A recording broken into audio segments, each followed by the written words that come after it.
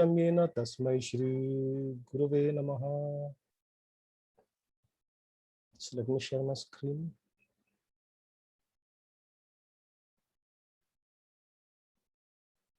Shri Prabhupada ki jai.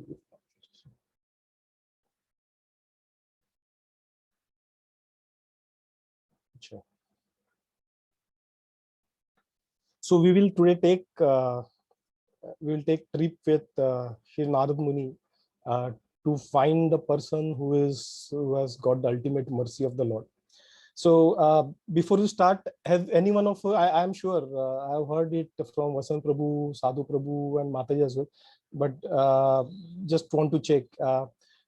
Anyone of you are, I mean, how many of you are aware that about Narad Muni's pastime, where he hops from one devotee to other and trying to figure out the person who has got most of the mercy or who is the greatest devotee of the Lord?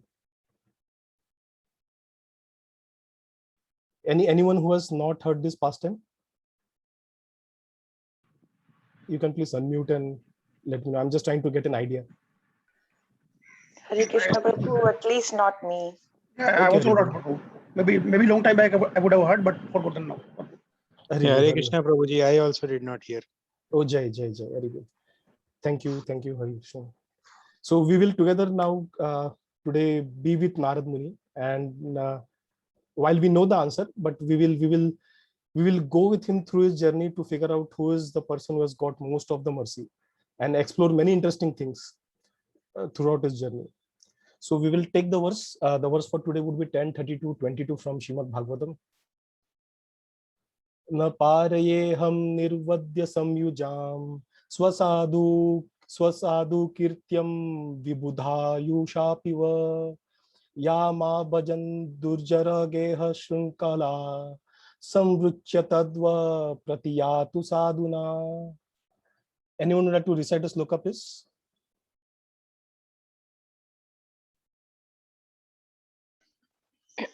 Hare Krishna Prabhu. Hare Krishna, Mama. I will give a try, Prabhu. Na pariyeham nirvadaya samyujam sava sadhu krityam vibhudaya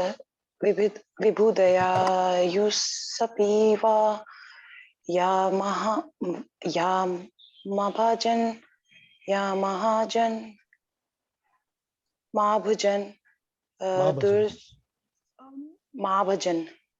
Mahabhajan Durjara Geha Shrankala Samvescha Tadva Pratiyatu Sadhuna. Hare Krishna. Thank you, Mataji. Anyone else would like to give it a try? Any Prabhuji? Shall I, Prabhu? Yeah, please, Mataji. Na parayeham nirvadya samyujam swasadu krityam vibudaya yushati vaha ya ma bhajan durjara deha srinkala samvrishya tatva pratiyatu sadhuna. Hari bol. Thank you, Mataji. Any Prabhus? Hare Krishna Prabhu. Hare Krishna, Prabhu. I'll try Prabhuji. Yeah, please, Prabhu. न पार्येऽहं निर्वद्य संयुजां स्वसाधु कृत्यं विबुधा युषापि वः या मा भजन् दुर्जरहे गेह श्रृंखला सर्वस्च तद्व प्रतियातु साधुना. Thank you. Thank you, Prabhu. Prabhu, is Mataji around? Sadhu Prabhu, Ati Mataji, can you please help me with the translation, Mataji? Yes. Translation and prepared by His Divine Grace A.C. Bhaktivedanta Srila Prabhupada, Jai Srila Prabhupada. I am not able to repay my debt for your spotless service, even within a lifetime of Brahma. Your connection with me beyond reproach. You have worshipped me, cutting off all domestic ties, which are difficult to break. Therefore, please let your own glorious deeds be your compensation. Hari bol. Thank you, Mataji. Himanshu Prabhu, can you help me with the purport, please? Yeah, Hare Krishna. Hare Krishna. The translation and word meanings for this verse are taken from Srila Prabhupada's English rendering of Sri Chaitanya Charitamrita Aditya Adi 4.180. In conclusion, the gopis become eternally glorious by their behavior in the Lord's temporary absence, and the mutual love between them and the Lord was wonderfully enhanced. This is the perfection of Krishna and his loving devotees. Thus end the purports of the humble servants of His Divine Grace A.C. Bhaktivedanta Swami Prabhupada to the 10th canto, 32nd chapter of the Srimad Bhagavatam entitled The Reunion. Purport Sri Chaitanya Charitamrita Adi Leela 4.180. This verse from Srimad Bhagavatam 10.32.22 was spoken by Sri Krishna himself when he returned to the gopis upon hearing their songs of separation. Hare Krishna. Hari Bol. Thank you, Prabhu. So this is mentioned by Shri Krishna to gopis, and when we say this, when Krishna says that I won't be able to repay your debt, I mean, he is the Lord of the universe. So how serious is Krishna? I mean, is he making fun of gopis, or he just saying it for the sake of saying it so that they feel better, or is it really Krishna cannot repay their debt? So this is what we'll try to understand today, how serious Krishna is when he says this.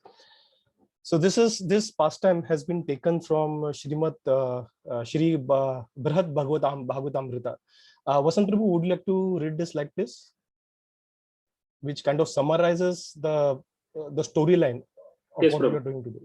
Hare Yes, Krishna. Prabhu. Hare Krishna, Prabhu. Narada's journey. Narada travels across India and into heavenly realms in search of those devotees, human or divine, to whom God Krishna has been most merciful. In the course of his quest, Narada encounters ever more profound and dedicated embodiments of devotion, bhakti, to Krishna. Each of these differentially redirects him to others, yet more devout and yet more favored by Krishna than themselves. Very well. Thank you, Prabhu. So this pastime, what we would be discussing today, is spoken by Jaimini Rishi to Janmijay, which actually records the conversion of Parikshit Maharaj to Uttara. So after Sukdev Swami narrated Srimad Bhagavatam and he left, he had some time before he could actually face it, that where Uttara came in and she asked about essence, and because he cannot narrate the whole Bhagavatam, he had got his realization. So in that realization, from that realization, he spoke these two pastimes, of which one is Gopakumar, and the other one is this, which we will be discussing today. So Mahabharata, we know, is compiled by Vyasdeva, and while he does that, he compiles that, he also states that there are different other versions of Mahabharata which are also authentic. So that is also possible. Of this, one is Jaimini Rishi's Mahabharata. So Jaimini Rishi was narrating Mahabharata to Janmijay, and Janmijay had already heard the Vyasdev's version of Mahabharata. But even after hearing that, he found Jaimini Rishi's Mahabharata to be very interesting. The experience he had, the kind of realization he has, was awesome. It was more kind of towards the love of Krishna. So when he did that, he was more eager to hear that, and then he requested that if it has some kind of supplement to it, that he can continue hearing it. So, and Jaimini Rishi actually satisfied his desire, because it had a supplement. And as Harivamsha, if you have heard that, Harivamsha is like a kinda or supplement to Vyasdev's Mahabharata. So similarly, Shri Brihad Bhagavatamrita is the killer to Jaimini Rishi's Mahabharata.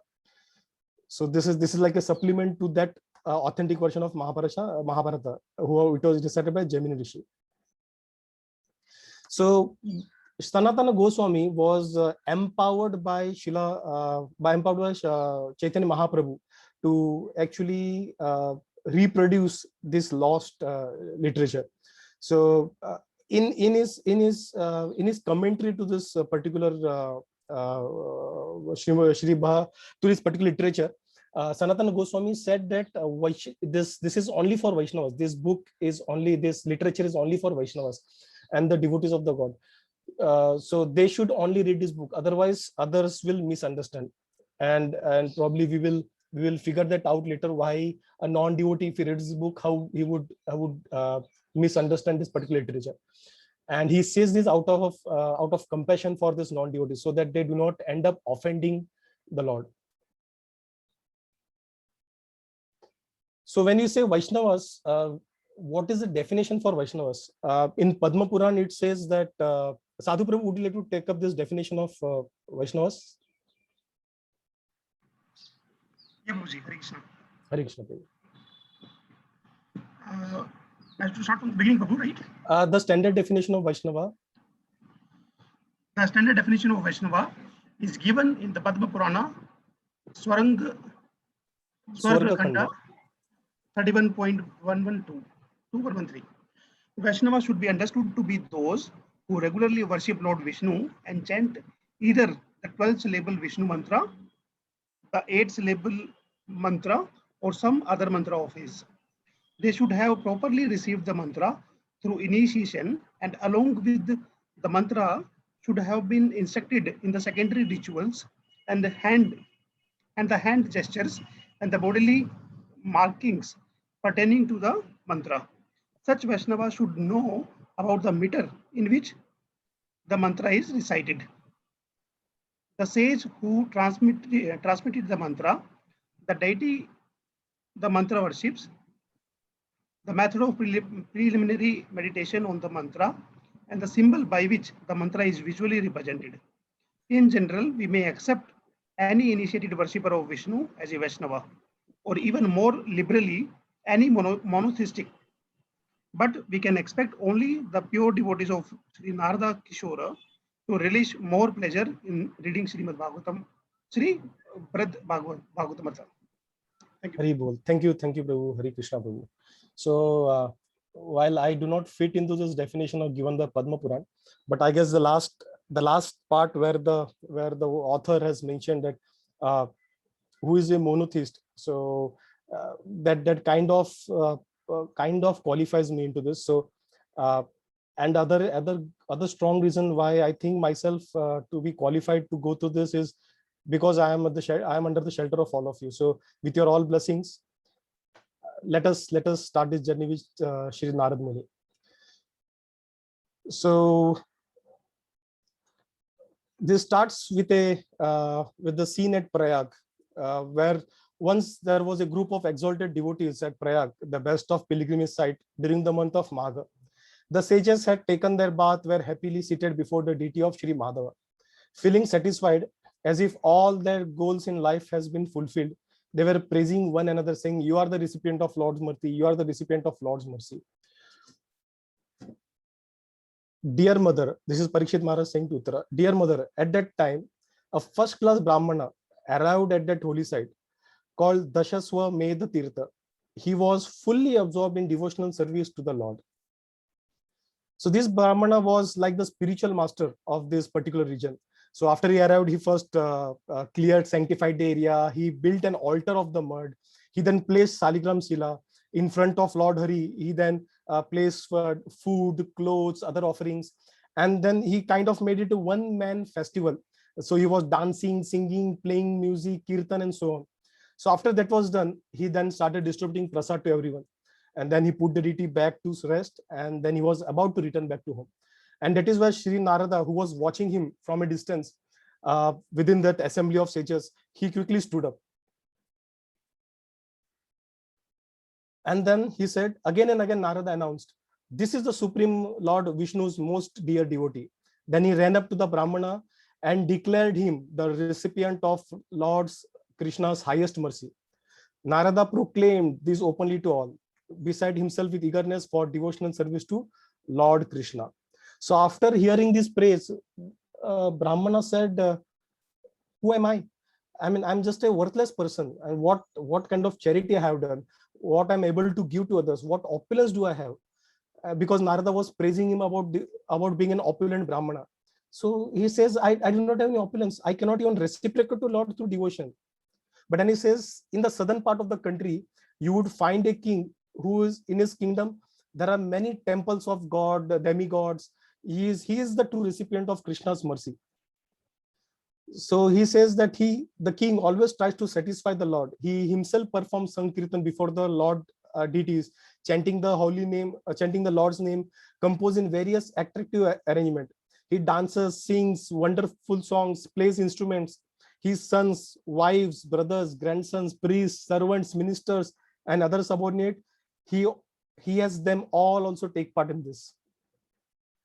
So hearing this, Narada was excited to meet this devotee. So he quickly ran to that part of the country. So in that place, when Narada came, he saw that people are all in his kingdom are all observed in this festival worship of the Lord.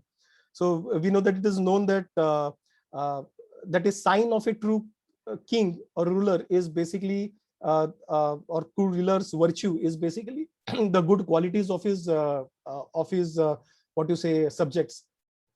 So in his kingdom, this kingdom, everyone was aspired to become a devotee. So we could understand how great devotee this particular king was. So seeing the king, Narada embraced the king again and again. So then Narada said, "You are the real recipient. You are the real recipient of Sri Krishna's mercy. After all, your kingdom is so opulent. It is the best. It has the best citizens endowed with most excellent character, religiousness, prosperity, knowledge, and devotion to God." The king, he worshipped the sage, and he bowed his head down in embarrassment. So king said, "O sage among the demigods." So that is particularly he calls him demigod because now he is about to speak about demigods.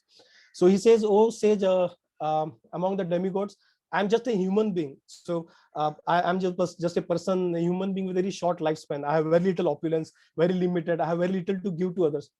I have no independence. I would not even deserve mercy of the Lord even in future. So why have you wrongly considered me as the object of his compassion?" So after saying that, after refuting Narad Muni, the king then directed Narad Muni to demigods. So he said that demigods are actually the controller of the universe, and he particularly focused on Indra as the recipient of the Lord, recipient of the mercy of the Lord. And oh, how can I even describe Indra's greatest fortune? The personality of Godhead Vishnu has taken the form of Vamandev and has become his younger brother. So we know that Vamanadev has appeared as his younger brother, and he protects Indra from all the dangers. He accepts the worship from Indra in person. And this is what Brahmana is again telling Narad Muni.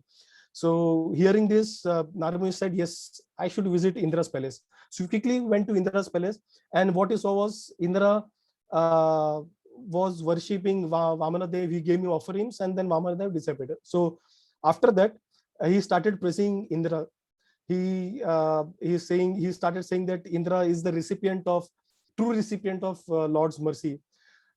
So he said that your greatness to Indra, your greatness is both spiritual and material. Material being the king of the heavens, and spiritual because the Lord of all the lords has actually become your brother. So not only he has born from the same womb, he has accepted the inferior position of becoming your brother. So we know that Vamanadev submissively does what Indra tells him. So continuously chanting the Lord's glory, Indra described with great joy the ways Lord had helped him in the past. Indra shone forth his own opulences as he sat on his own throne next to the Lord, shedding from his 1,000 ears a downpour of tears. So from his 1,000 eyes, a downpour of tears. So he got choked. So in a very soft voice, while remembering all the mercy that God has given him, he said, "My dear Narada, are you making fun of me?" So Indra had questioned him about the value of demigods, right, initially. So their demigods' value and their controlling power. So here Indra says that, what power are you referring to here?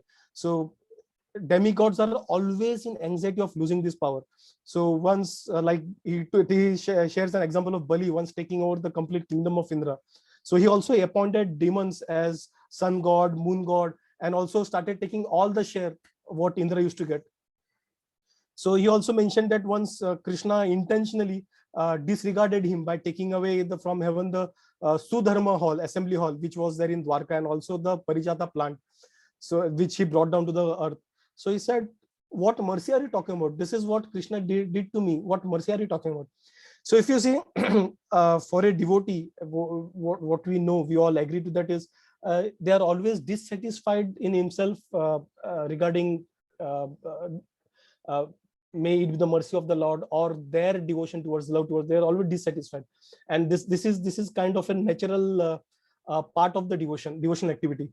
So Indra here also expresses natural humility while speaking with Narad Muni.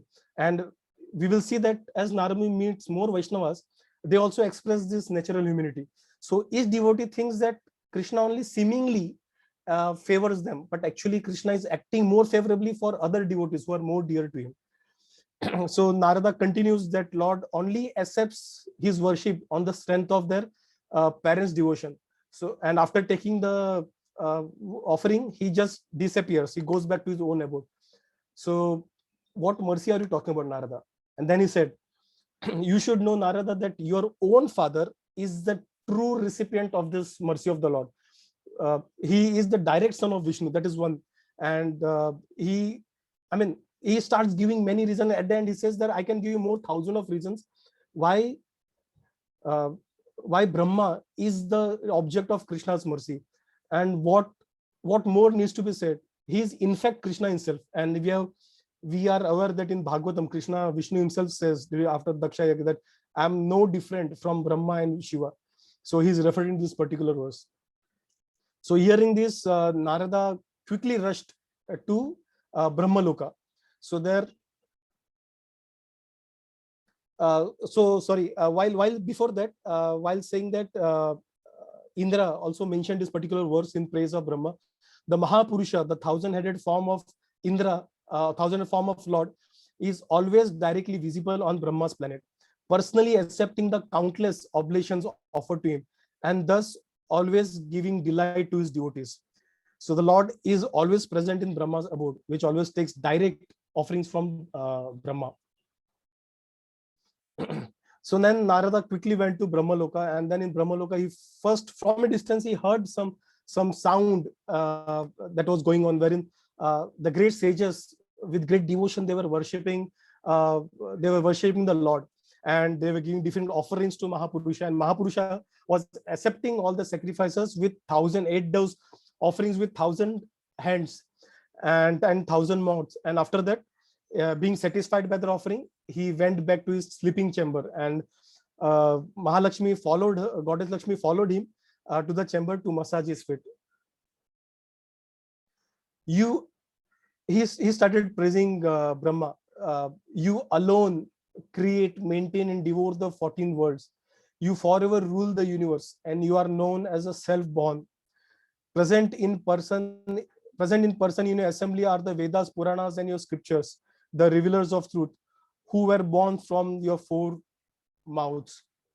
So Narada says, continues saying that Brahma's world can be attained only by saintly people who have faultlessly performed all the prescribed religious duties, free from all the pride, for hundreds of janmas. And if you recollect, even in Bhagavad Gita, while speaking to Prachetas, Lord Shiva also says that a person who executes his occupation duty for 100 birth, he becomes qualified to he does not occupy, he becomes qualified to occupy the post of Brahma.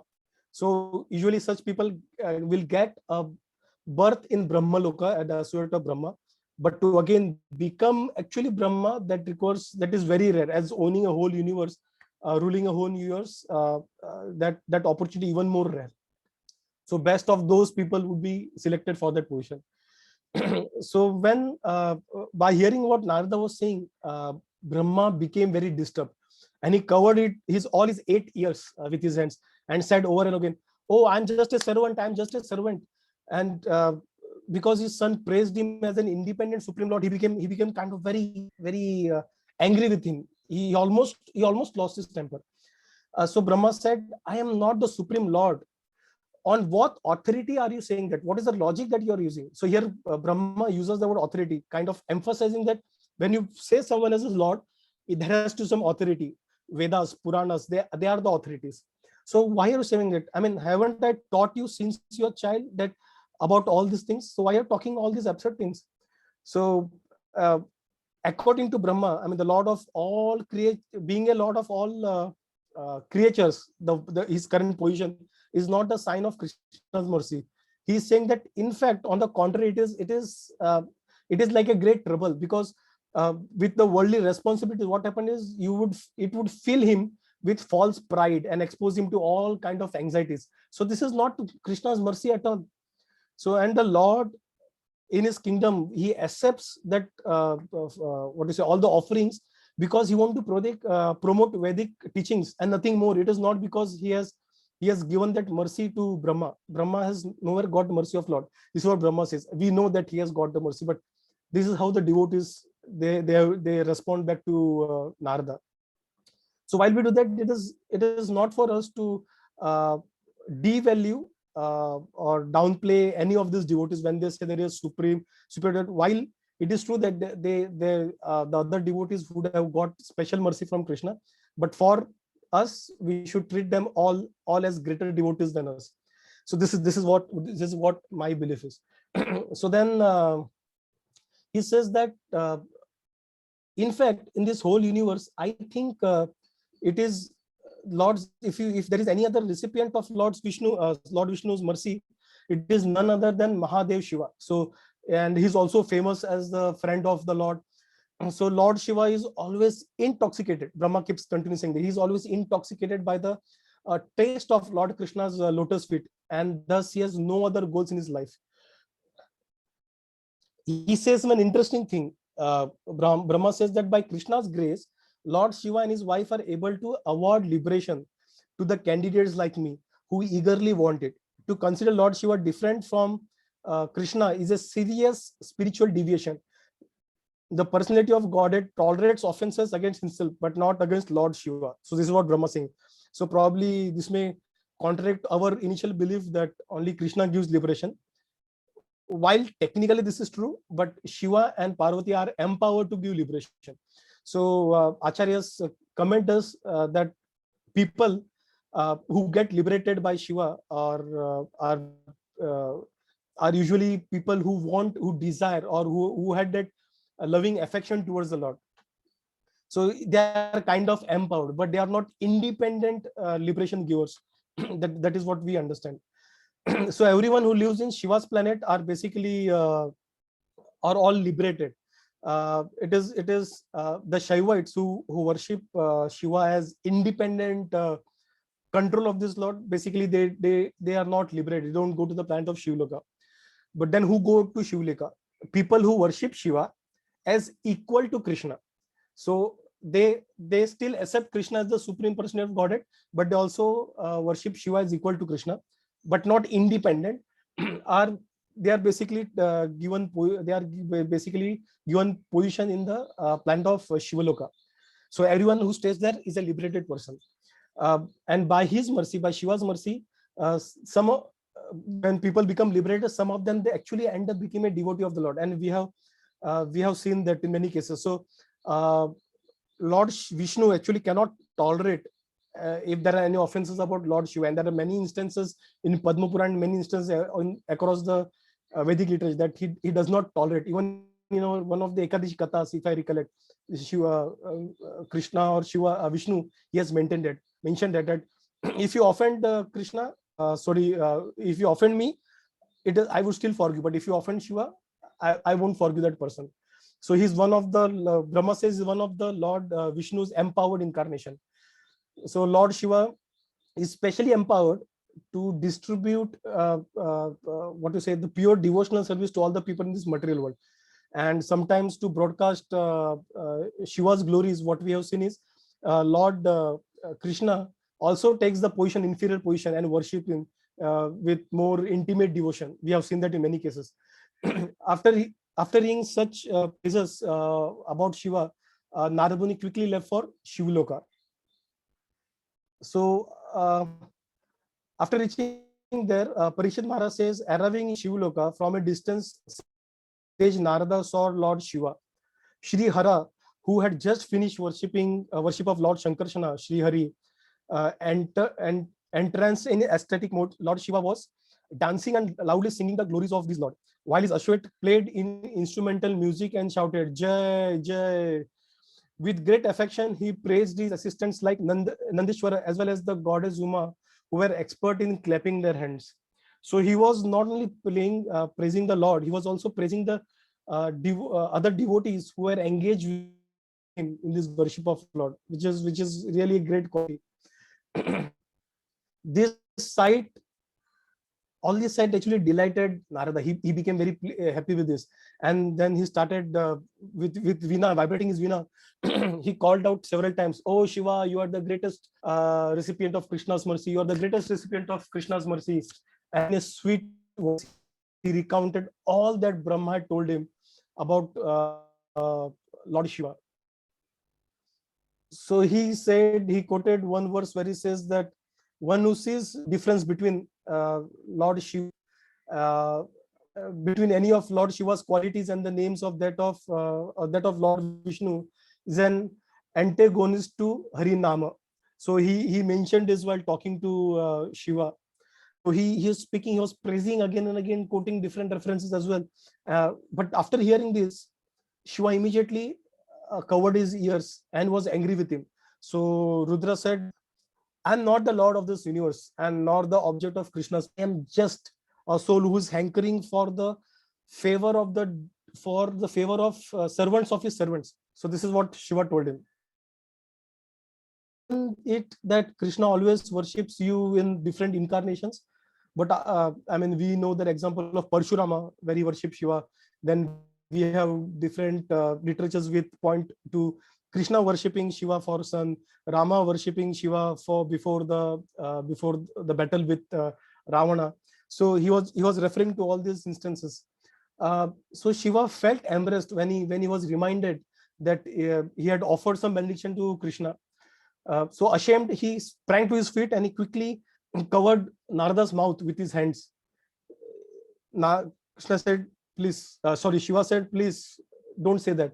He pointed to Narada that these are what you're referring is or just different uniqueness of Supreme Lord, way how we annex with his different devotees. So it is not only with him, but all about different devotees. He annexed in a different way, depending on the position of the devotee in this material world. So he says that, see, these unique pastimes are basically Lord takes upon himself different vows, austerities, just to glorify his devotee, nothing more.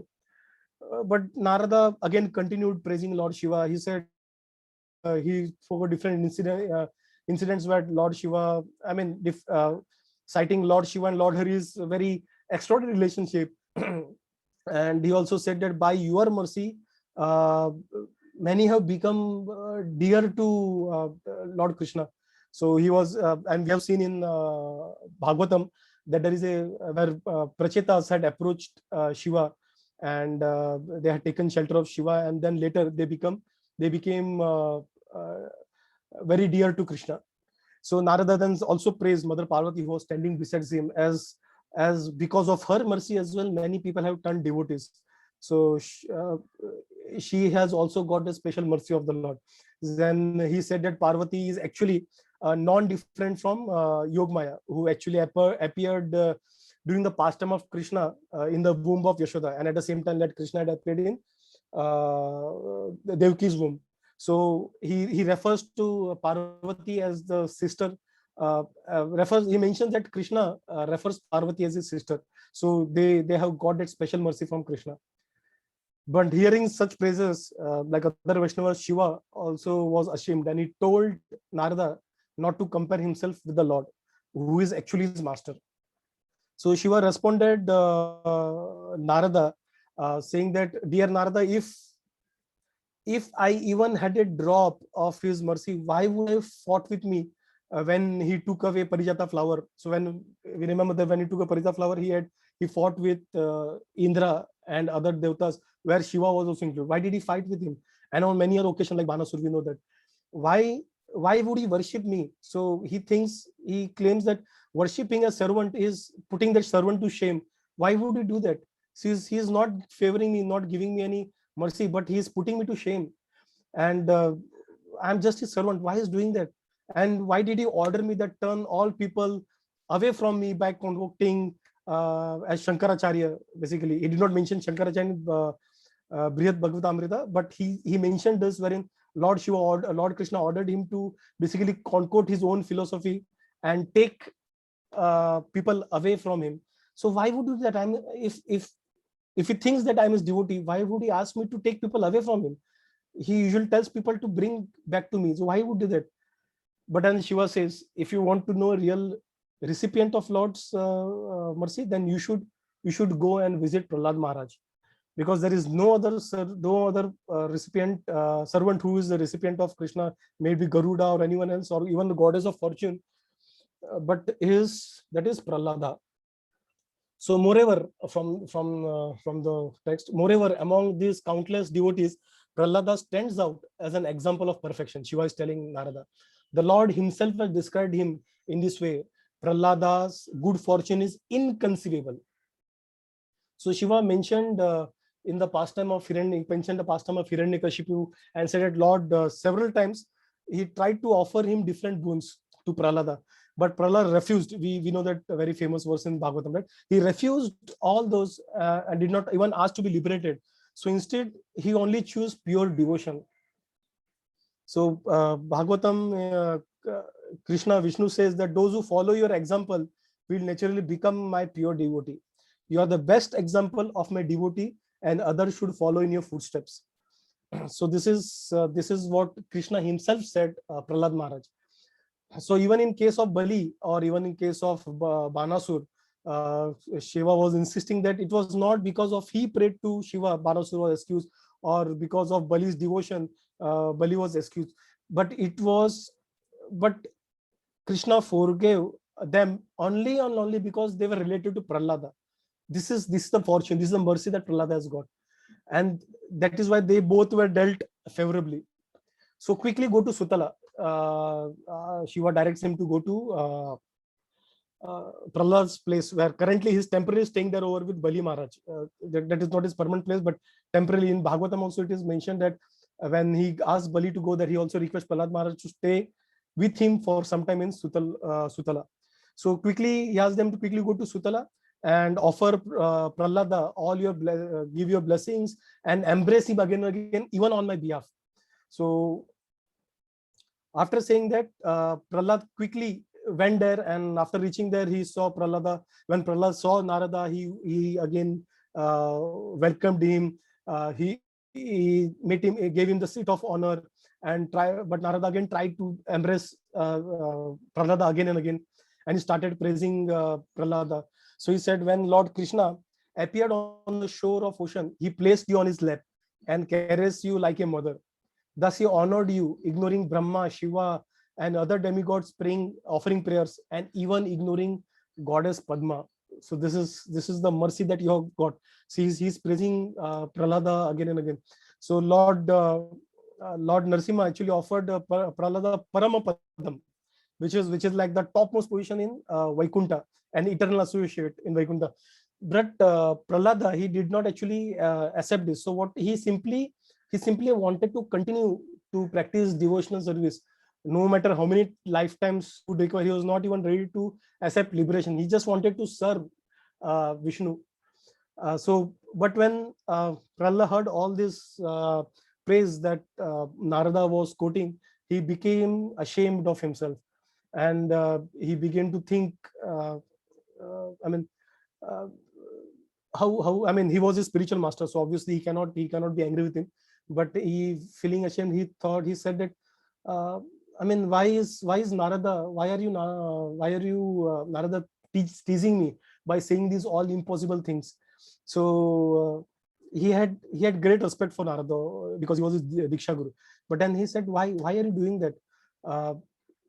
Prahlad said, Lord always said, it has also been mentioned in different scriptures that if I wish to favor anyone, I would make that person lose all his opulences.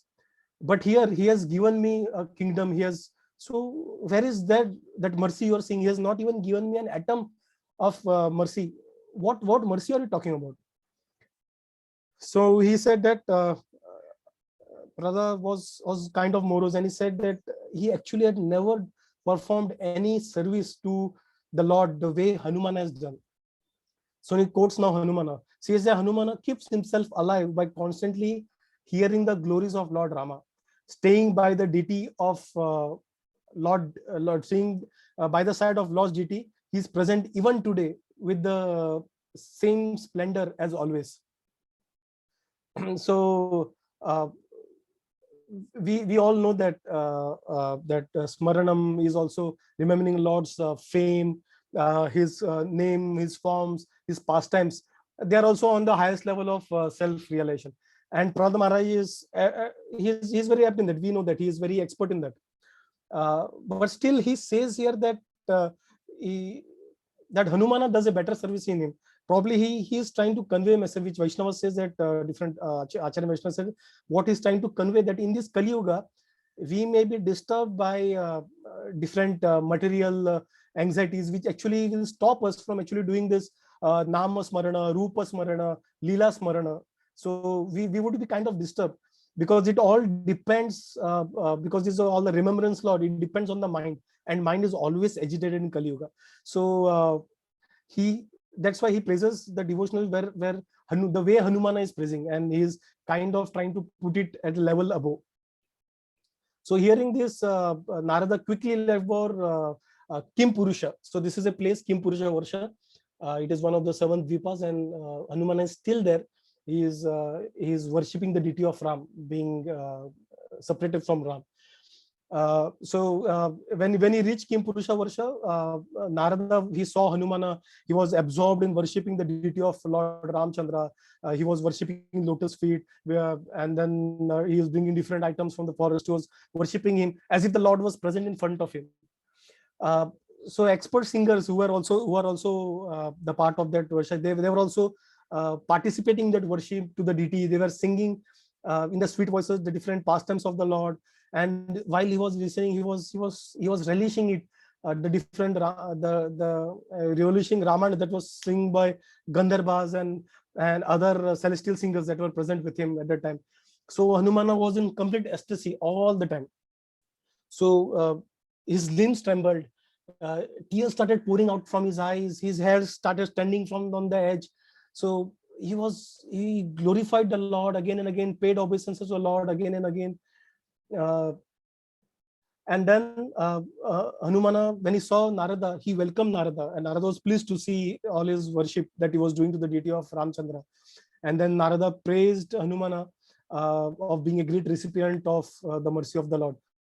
So he summarized what Prahlada had told about the description of Hanumana's glory. So he said, "You are the Lord's servant, his friend, his carrier, his seat, his flag, his umbrella, his canopy, his fan. You are his bard. Bard is a poet. His advisor, his doctor, his general, his best helper, the expander of his infinite glories." So Hanumana he served Lord Ramchandra in various ways as Lord's friend.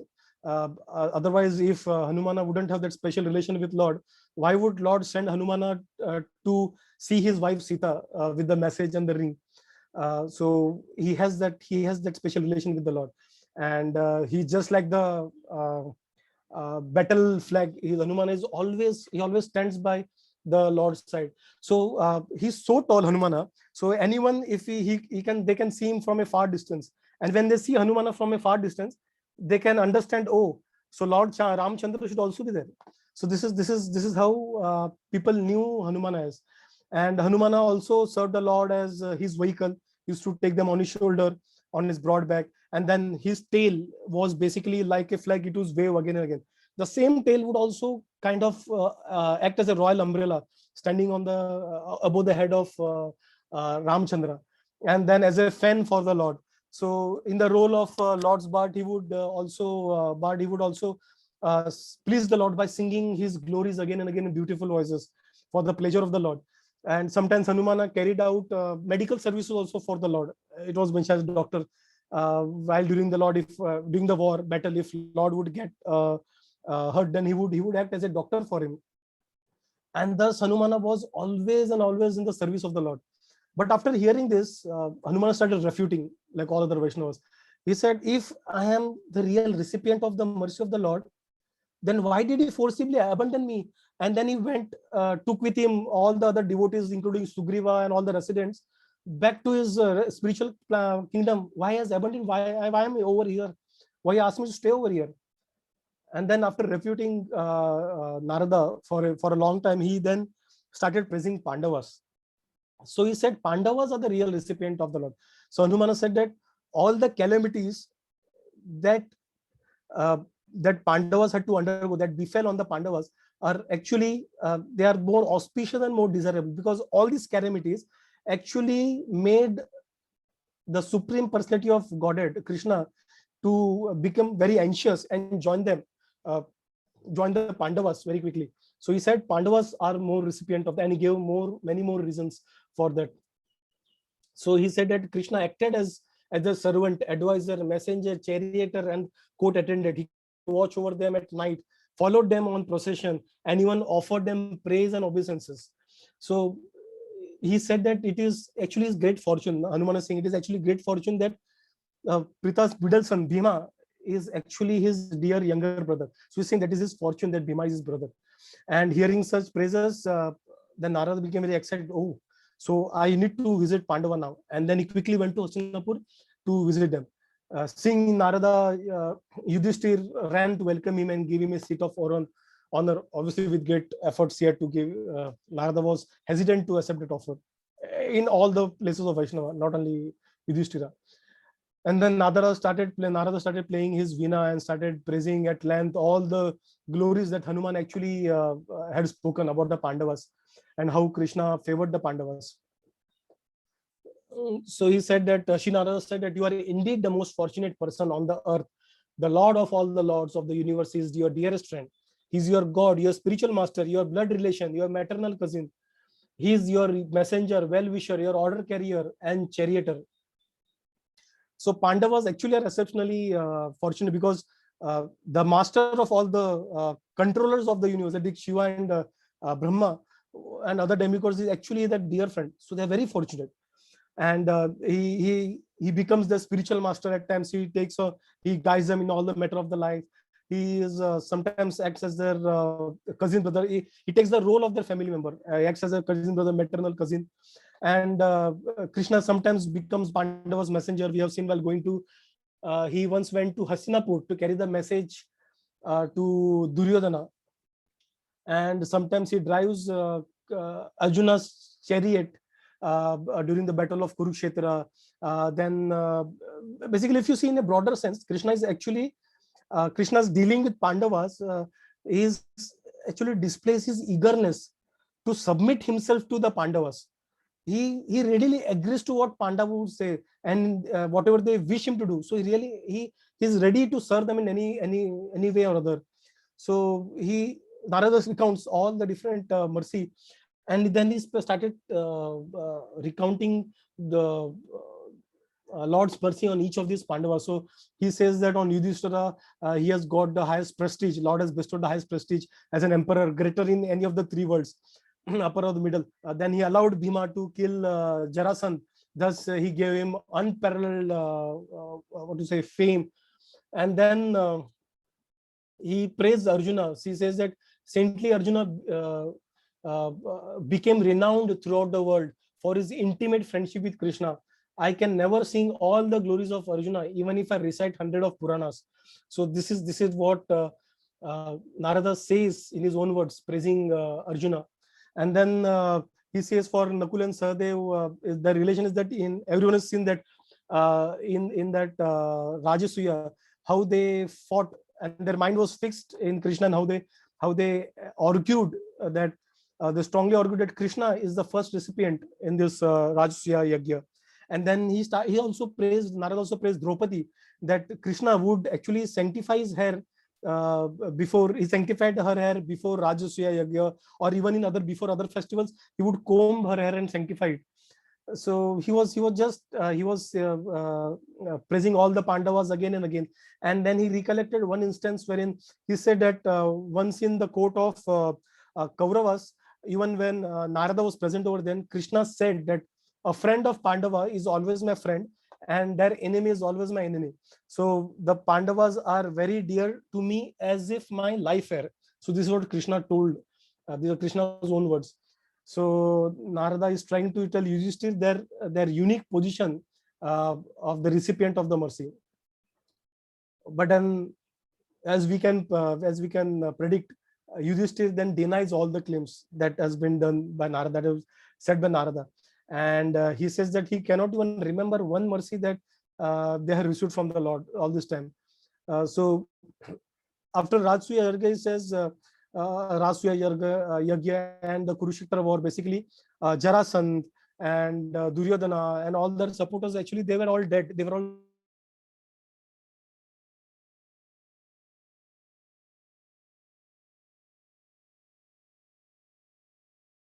kingdom over here. So they think that because of this, they are not the ultimate recipient of the Lord's mercy. So after Yudhishthira, also Bhima started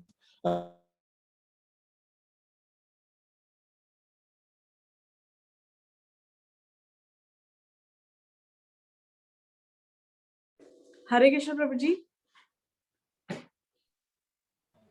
Hare Krishna. Mataji, I am not able to hear. Yeah, we are not able to hear. The voice is Okay, breaking. Mataji, I'll inform him. Yeah. Okay, ma'am. As all the Vaishnavas,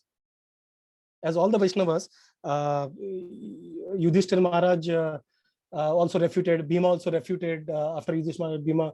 So Yudhishthira Maharaj said that after the Yagya, the Jarasandha and Duryodhana and others, they were given a position where they won't be returning back to this material world, but he's still ruling a kingdom over there. So he is not a true recipient of the ultimate mercy of the Lord.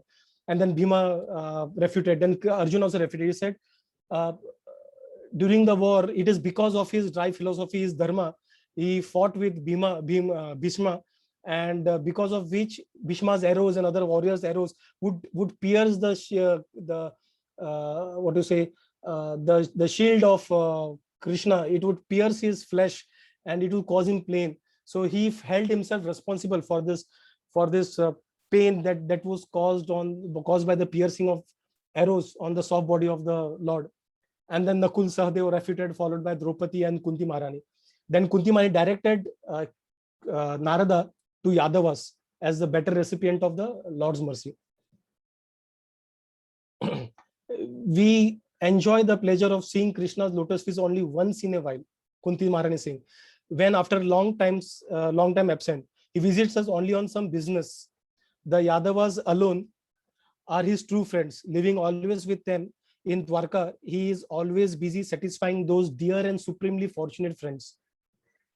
So Narada quickly left to meet the Yadavas. There he saw the Yadavas were beautifully decorated with ornaments. They looked young. That is also mentioned in Bhagavatam, that he looked them, and they were full of youth because they constantly were drinking the nectar from Lord's lotus face.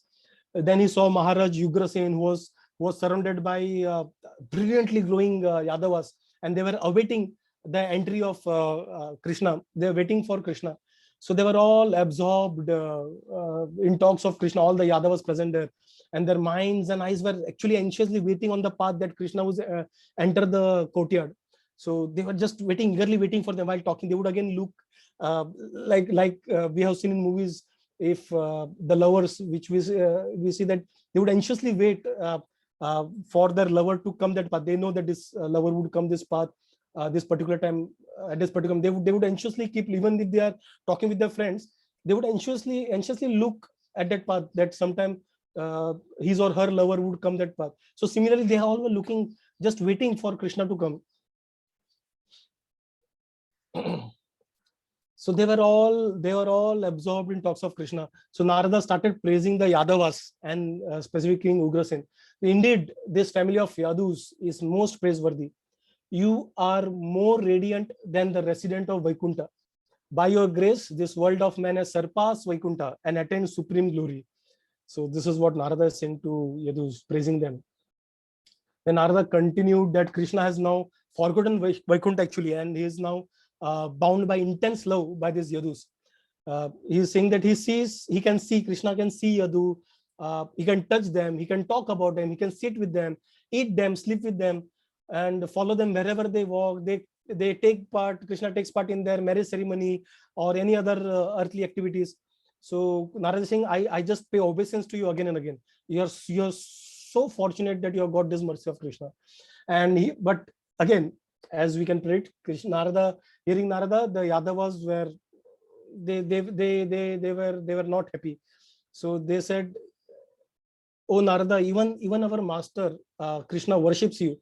Then why, oh sage, you are acting like a low person and trying to give us respect, who are actually the most low of all the people?"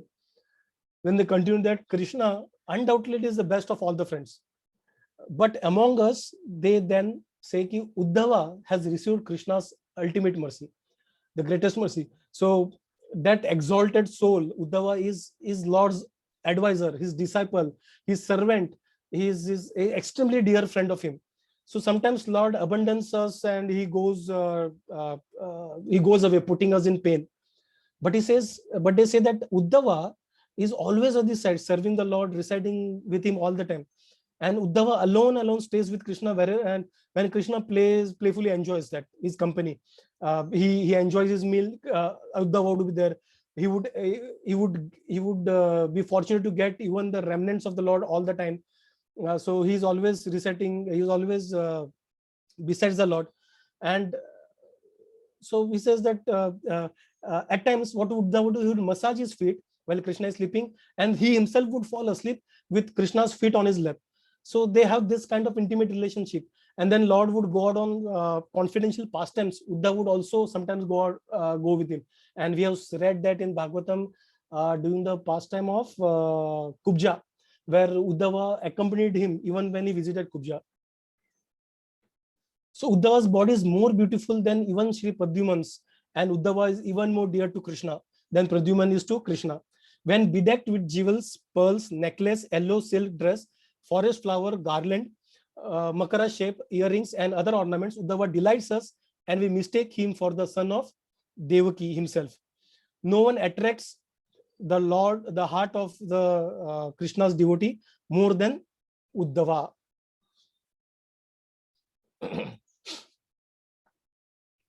So when Yadavas see Uddhava from a distance, they actually mistake him as Krishna. But then they say that even if they realize that it is Uddhava, they still continue and relish seeing Uddhava because that reminds them of the lotus face of Krishna. So hearing this, Narada again became pleased and he rushed to Uddhava's place.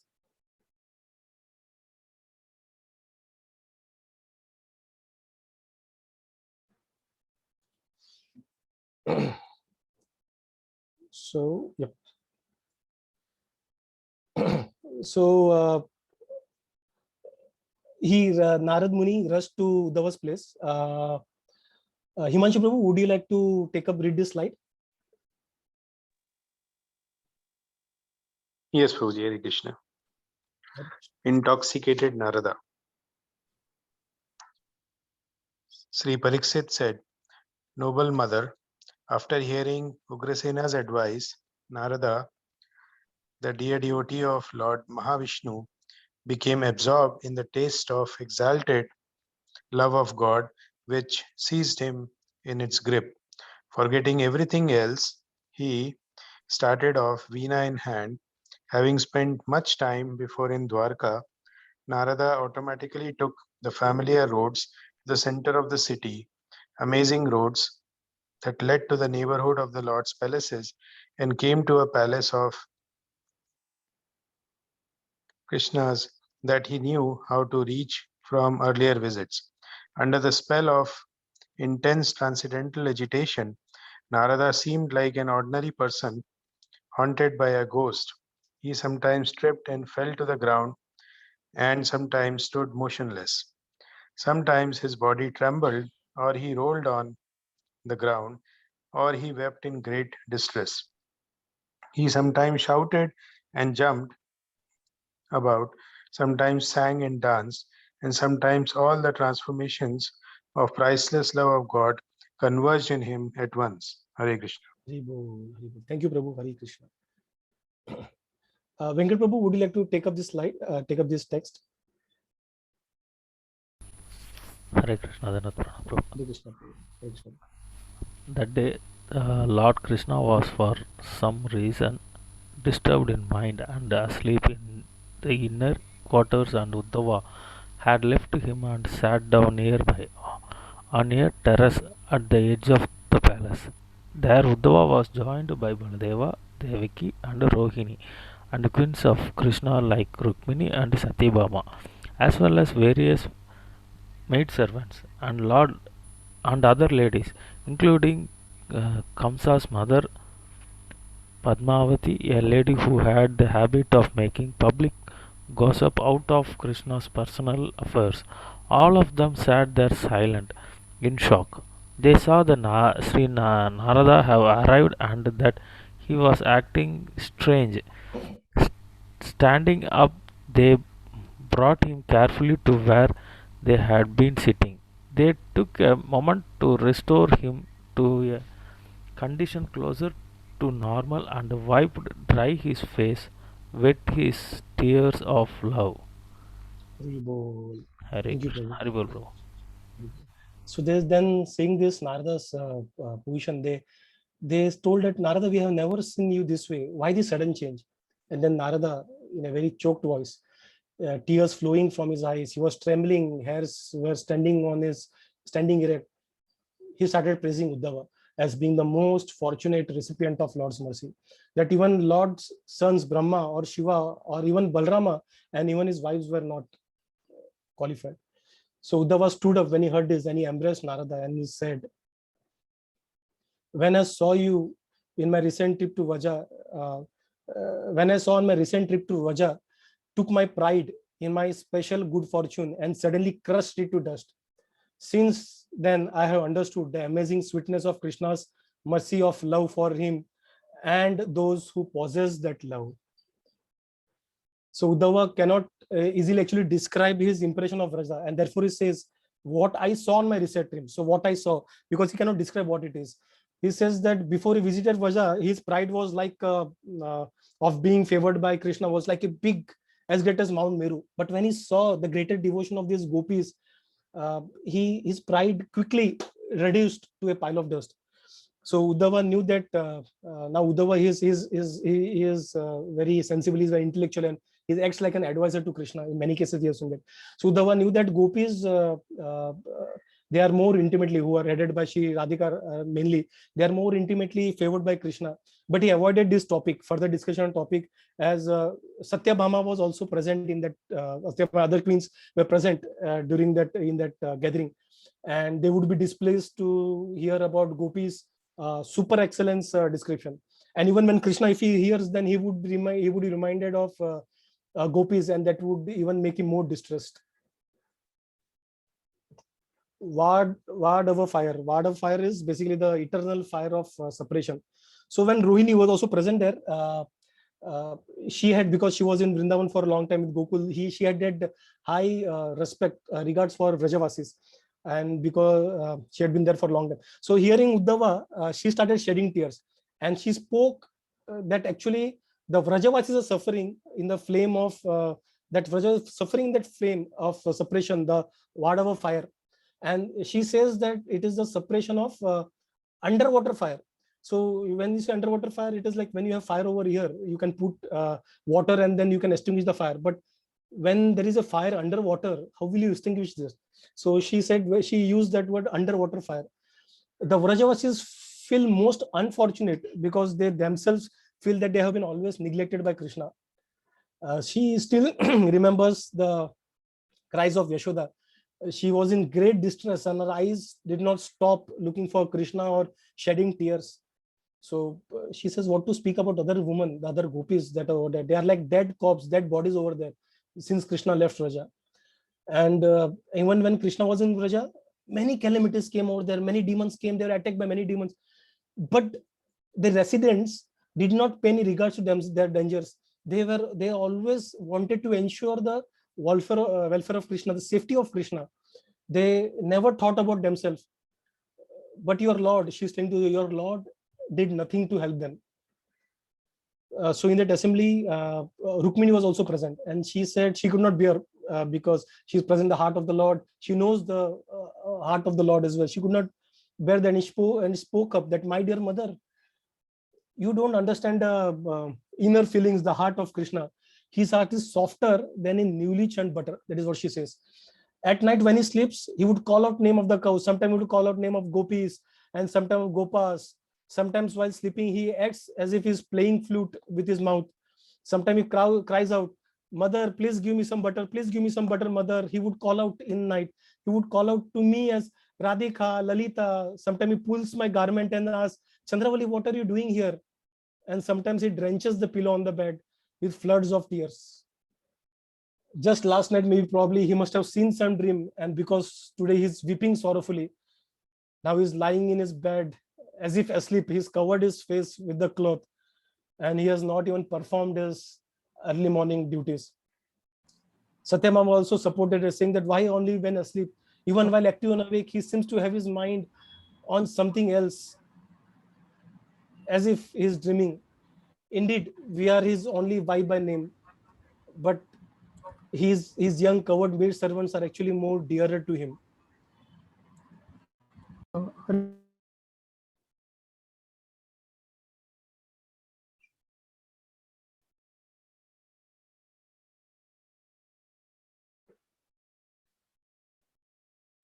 So Satyabhama also supported it, but Balrama, like Rohini, he had been in Raja for a long time, so he was not happy with Queen's comment, and he held Krishna responsible for Vrajavasi's situation.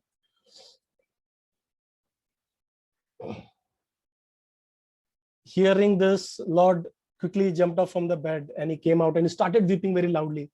He cried and cried, and he said that all the devotees took care of me since my childhood, but I have all forgotten all about them, all their exceptional love. Hearing this, just to pacify the Lord, Devaki said that, why don't you bestow upon them, bestow things on to give them some opulence or something of that sort, so that they would feel better. Then Krishna asked Uddhava for his advice. Uddhava said Krishna should go to Vraja, because there is nothing more dearer to them than Krishna, and they wouldn't ask for anything else than Krishna. The residents of Vraja, Uddhava said, they, including your mother, gave up the hope of your return. They have refused to eat and even to drink water.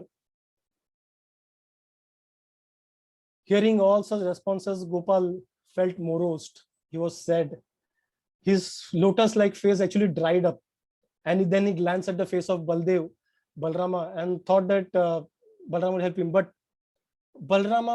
his face was covered with tears. Balrama was with Krishna through his all pastimes, Vrindavan, maybe Mathura or Dwarka, whatever it may be. And Krishna trusted Balram that he would help him out.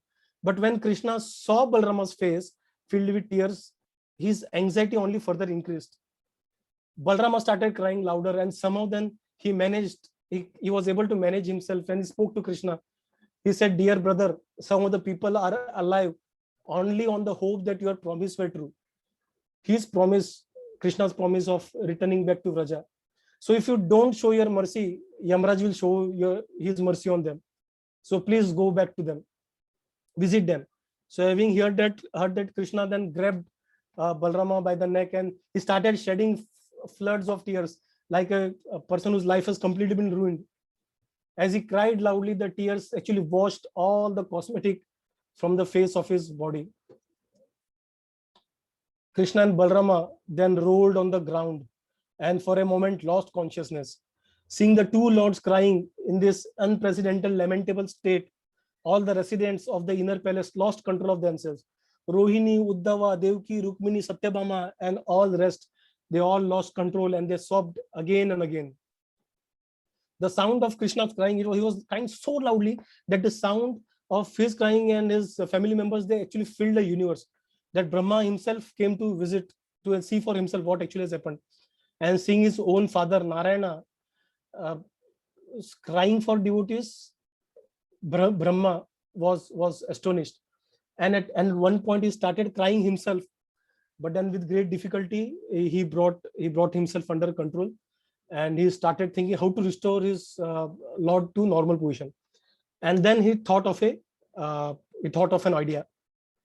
Sadhu Prabhu, are you able to see Nava Vrindavan slide? Yes, Okay, thank you. So then Brahma called Garuda, who was also besides the Lord, he was also weeping loudly. He called him and he told them that there is a place called Shri Vandavana, another Vrindavan over here, which is between the Revati hills and the sea. And Nanda, Yashoda, and others are present over there in replica images with similar herds of cows. So Vrindavan was constructed by, he said that this Vrindavan was constructed by Vishwakarma, and it appears just like Vrindavan of Mathura here in Dwarka.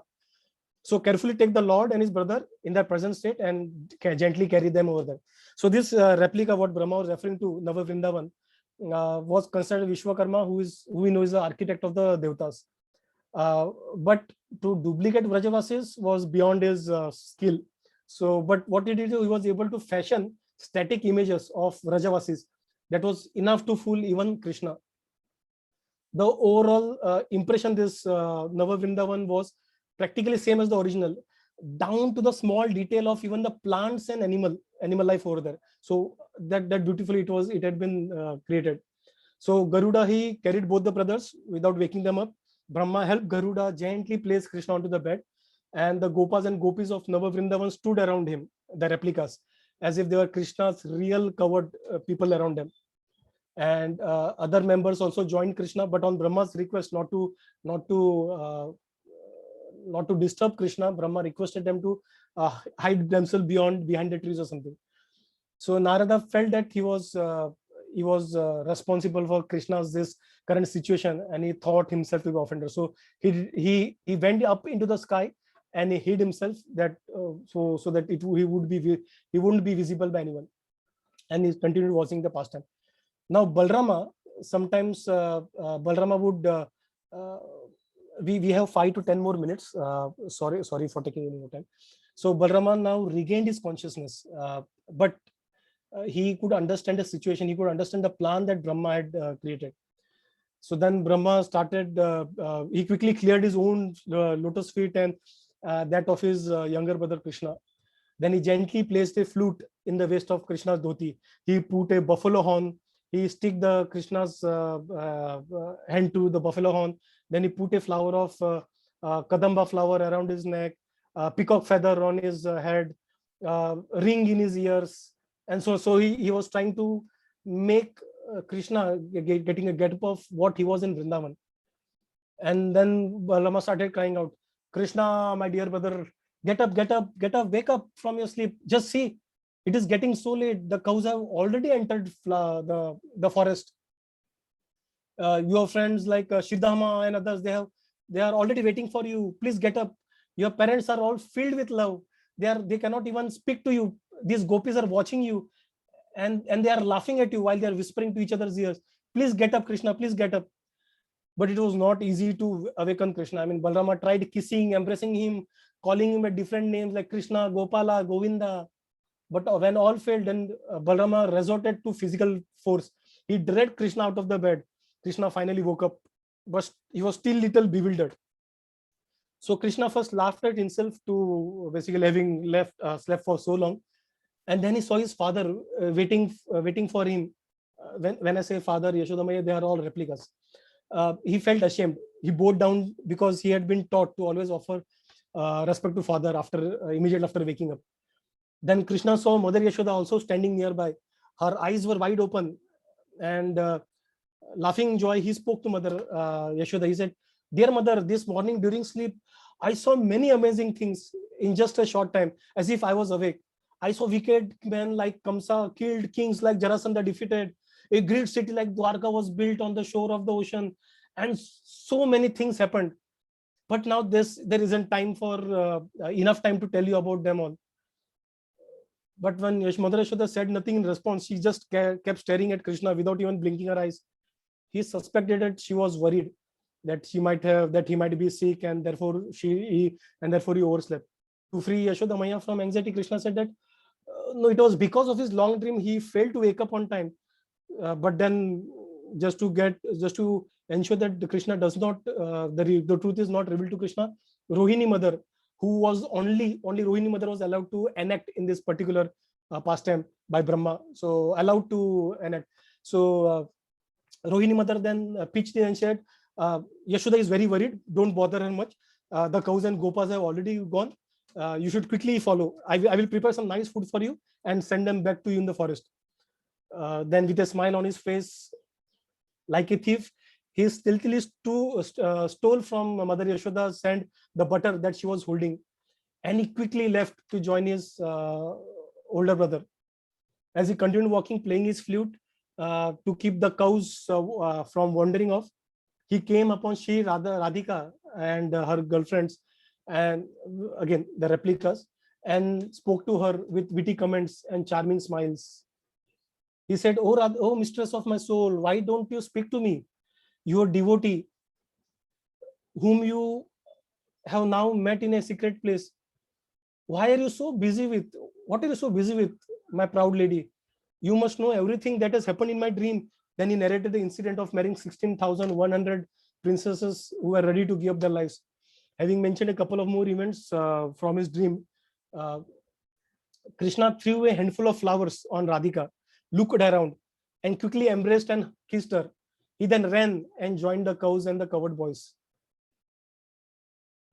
Devaki saw this for the first time, that how wonderfully and how attractive Krishna was dressed for Vraja and his beautiful pastimes, and how he was playing the flute, and seeing all that, milk started flowing from her breast in great love, even though she was no longer young. Krishna went ahead tending the cows, and when he saw the ocean in front of him, he thought it was Yamuna. And in great delight, he called his friend, Subala, Sudama, please come here, let's play in the river. He started calling his friends again and again. But when his friend did not turn up, he looked around.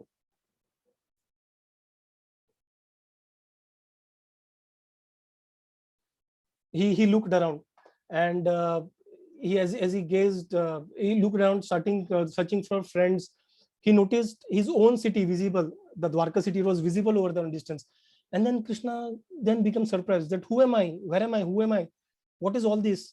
She was astonished. He spoke these words again and again. He was gazing at the vast ocean, then at the city, back in the village. Then Balarama told him that you are the Lord of Vaikunta, and told that demigods, he started narrating the complete pastime, that demigods had come to them to remove the burden, and how he mentioned about different, even including killing of Kamsa or installing Yudhishthira as the king. Then looking around again and again, Krishna remembered that he was actually the king of Dwarka. Then he remembered sleeping inside the palace. But he saw a flute in his hand, and himself and his older brother also dressed like forest dwellers. So he was thinking, he was pondering what may be the reason for that they both are dressed like that. And they have been tending cows when he was actually the king, and he was sleeping. And why he was acting that weird, and whether these things are actual or they are again an illusion. So he laughed actually his own capability to figure out all this at long intervals, and with long intervals of normal consciousness. Then Balarama, he understood what Krishna is thinking. So smilingly he explained all that was Brahma's plan, and then told that Krishna what he has been doing. So Krishna then looked at his brother's face and smiled in embarrassment. And since Krishna's body was covered with dust, Balarama wiped him clean and bathed him in the sea. Seeing all this pastime, everyone was astonished. They said, we can only hope to achieve supreme personality of Godhead only by following many rigorous spiritual practices, and we can meditate upon him only by strictly training the attention of our heart. But these gopis cherish such exceptional love for him that they easily attain the success of most advanced stages of meditation. Uddhava then brought all the queens to Dwarka, and Garuda also carried these brothers back to the palace. Tandini Mataji, can you please read this slide?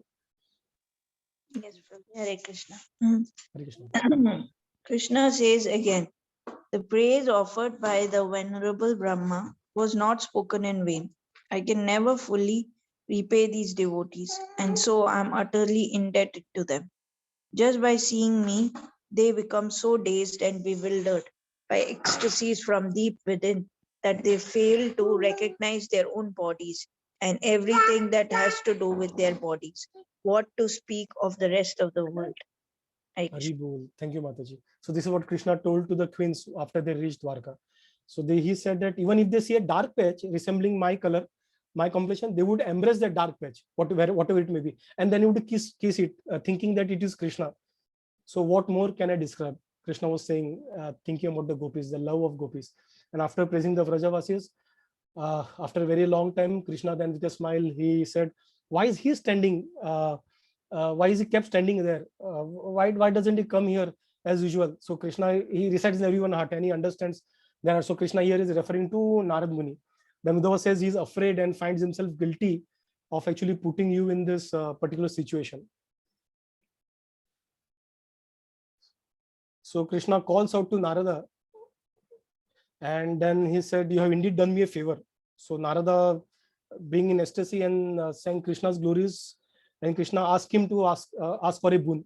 So Narada says, oh Lord, never satisfied with your own charity, I have now achieved my goal. My labor have borne fruit, for now I understand in practical way who are the objects of your greatest mercy. Narada continues saying that, my Shri Krishna, please grant that no one will ever feel that he has enough of your mercy, your devotional service, or pure love for you, the reservoir of ecstasy. O swan gliding in the lakes of Vrajavasi's love, I wish that I may wander everywhere, always chanting, drinking the nectar of your names. Those most sweet names arise from the ocean of Gokul and spread the glories of your infinitely varied dress and ways of acting. As a wanderer, behaving like a madman, may distribute joy to everyone in all the world. So then Narada took leave from Madhava, Krishna, and went to Prayag. Prayag is the place where he started this. And he thought that let me bestow this perfection also onto the sages who are waiting for me for a long time. And thus Narada started his journey back to Prayag. He was totally intoxicated with eagerness of pure devotion. And wherever he passed, he vibrated his veena and blissfully sang the glories of Krishna Bhakti that he has seen with his very own eyes. And then Parikshit Maharaj concluded this to his mother. Prita Mataji, can you read this sloka verse, the conclusion verse? Priyatama, the most beloved. BB 1.7.159. If you follow my advice and with pure love take shelter of the gopis and their master, Lord Sri Krishna, then, oh mother, I promise that by Krishna's mercy you will be able to understand something of gopis' greatness. Hare Krishna. Hare Krishna. So this is how Parikshit Maharaj concluded this pastime by saying that gopis' love is the ultimate one. And when we follow the pastime, we may be able to get that ultimate love for Krishna. So with the mercy of Sanatana Goswami, we could release this beautiful and one of the most confidential pastimes of the Lord and his deep love, affection for the Vrajavasis. So bolo Gopi Jana Vallabh ki jai, Srila Prabhupada ki jai. Again, I would beg forgiveness from all of you for taking overshooting it a lot more. I won't say even for some time, but I overshoot it. But the only reason is probably my incapability to actually compress it further. I couldn't compress it further. So kindly forgive me, and I hope that you all have relished the pastime along with me, and we all got an insight onto how Krishna treats gopis. So when we started our journey, people started praising other devotees based on the opulences, then their power to give liberation, then to do devotional services, and then we finally ended up in the final stage, which is Madhurya Rasa of the gopis, where Narada did not see the gopis enacting in that, but he saw Krishna being made for the gopis. So how strong or how highly privileged this Madhurya Rasa is. So with this, I hand it over to you, Prita Mataji. Thank you, Mataji. Thank you to all. Hari Bol. Hari Bol. Hari. Amazing. Hari Bol. Excellent presentation, Prabhuji. Very nice. And now I would like to invite Himanshu Prabhuji for sharing his realization or comments. Hare Krishna. Thank you, Mataji. So first, you selected a difficult bhajan, but as always in your melodious voice, you sang it so nice. Thank you for that. And very nice, witty questions. Some of them were very intelligent and challenging questions as well. And very nice hosting. Thank you so much for that. Regarding the class, I can just say that it is one of the best I've ever heard in my, journey on the spiritual path. And I was always thinking, what is coming next? And so it was, the curiosity was ever growing, and how this is going to conclude. So great selection of the topic, amazing contents, and very nice, Prabhuji. Thank you so much for this. My personal takeaways is like, the more we advance, the more humble we should become. And second, just as the Supreme Lord is infinite, so is His mercy, which is also infinite. So we should always feel that we are safe and the Lord is there for everyone. And really enjoyed, Prabhuji. I'm going to listen to this recording also again and again. Thank you so much. Hare Krishna. Thank you, Prabhu. Thank you for your blessings, Prabhu. Hare Krishna.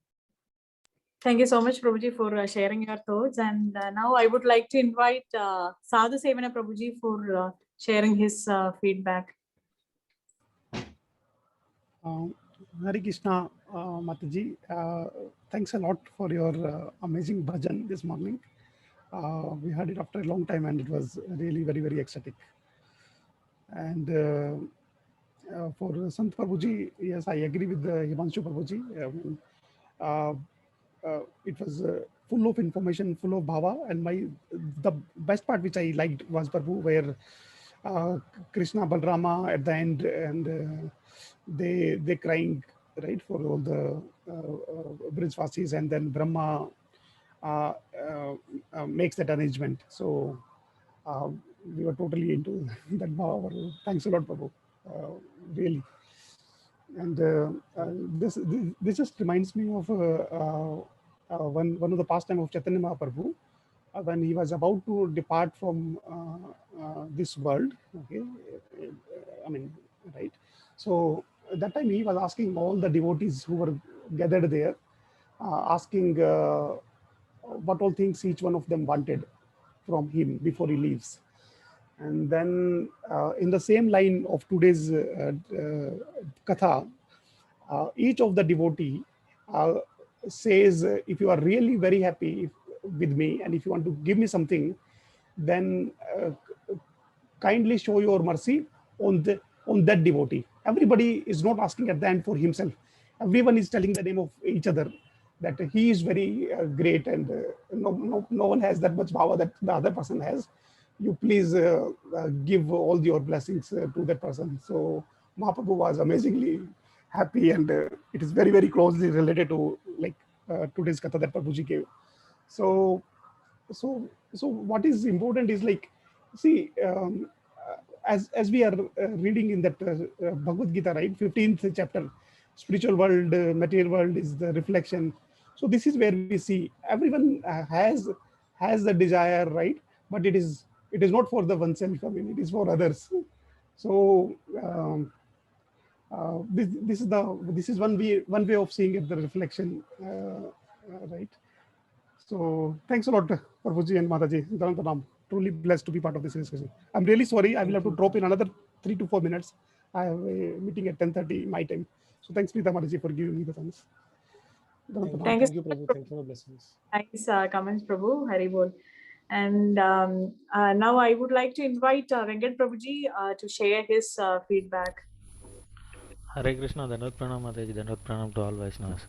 I first of all, I want to thank Shant Prabhu for giving a wonderful lecture. Even as Himanshu Prabhu said, we were eagerly to hear what is the next, and he has taken the he he has described everything very nicely, and really it was wonderful to hear about the pastimes of the Lord. This was really, this is very nice, Prabhu. Thanks a lot for taking us in a small journey, Prabhu. Thanks a lot for the present. Thank you, Mataji, for giving me a chance to attend this class today. Thanks to all, Prabhu. Hare Krishna. Thank you, Prabhu. Thank you for the blessings. Hare Krishna. Thank you so much, Prabhuji. And Tantwini Mataji, could you please share your feedback, suggestion, or realizations pertaining to this session? Hare Krishna, Mataji. Hare Krishna. Dhanavad Pranam. Thank you. I joined late because I woke up late, and I was there in my mind that I have to I don't want to miss your bhajan, but then because I know you're like one of our best singers of the group, Kirtaniyas of the group, but I missed it. And now hearing from everybody now, I know what a loss it was for me, and it's not recorded also. So I feel really, I feel really sad and bad about that. Secondly, Sant Kopeshwar Prabhu's presentation also I joined from the half, and I think where he is going to Narad Muni is going to Shivaloka from there. I've heard this pastime of where Narad goes to Hanuman, and where Hanuman and he tells him that oh Hanuman, you're a great devotee, and how Guru Maharaj describes it, and then they say Pandava, and then they both keep dancing the Pandava. So that's all I remember from there. But then hearing today about this and how in detail Prabhuji described, it was beautiful. The entire presentation was mind-blowing, and Prabhuji selects topics that are like totally, I feel out of my realm, out of my this thing, and so much to learn, so much to grasp. That as Himanshu Prabhu said, that you have to see this again. I also have to see it 2-3 times just to get a grip on it. So there is, the scriptures are there, but how much can this insignificant mind grasp? So thank you again for enlightening. And just one question, Prabhuji. This is from Brahad Bhagavatam, right? The description. Yes, Mataji, Brihad Bhagavatamrita. So, okay. And you were able to, you bought the book, or is it online?